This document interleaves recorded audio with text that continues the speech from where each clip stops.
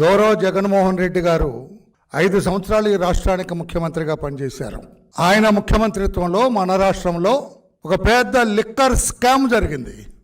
3,200 కోట్ల రూపాయలు liquor scam జరిగింది, అవినీతి పాలైందని చెప్పి చంద్రబాబు నాయుడు గారు ముఖ్యమంత్రిగా బాధ్యతలు చేపట్టిన తర్వాత ఈ అవినీతి బయటకు తీయాలన్న ఉద్దేశంతో, వెలికి తీయాలన్న ఉద్దేశంతో ఈ అవినీతికి బాధ్యులు ఎవరు, వీళ్ళ అవినీతి వలన నాసిరకం మద్యం సేవించటం వల్ల వేలాది మంది చనిపోయినారు, లక్షలాది మంది అనారోగ్యానికి గురయ్యారు.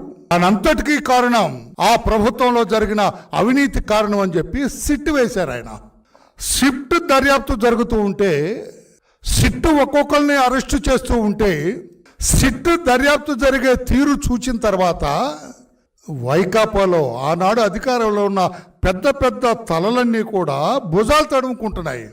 గుమ్మడికాయలు దొంగ ఎవరంటే భుజాలు తడుముకున్నాడంట. అంటే గుమ్మడికాయ మట్టి నాకేమన్నా అంటిందని చెప్పి చూసుకుంటారు. ఆ రకంగా పెద్దలందరూ కూడా భుజాలు తడుముకుంటున్నారు, కంగారు పడుతున్నారు. అవినీతి ఏ స్థాయి నాయకుడిని కూడా వదిలిపెట్టదు, చట్టం క్షమించదని ఒకసారి గుర్తు చేసుకోవాలని చెప్పి కూడా ఆ పార్టీ నాయకులకు చెబుతున్నా. ఆ పార్టీ అంటే మీ అందరికీ అర్థమైపోతుంది. ఆ పార్టీ నాయకులకు చెబుతూ ఉన్నాను నేను. అవినీతికి పాల్పడ్డవాడు, అవినీతి చేసినవాడు, ప్రభుత్వ సొమ్ము కొట్టేసినవాడు ఎంతటి వాడైనా కూడా జైలు పాలవక తప్పదు. చట్టం ముందు అందరూ సమానమే.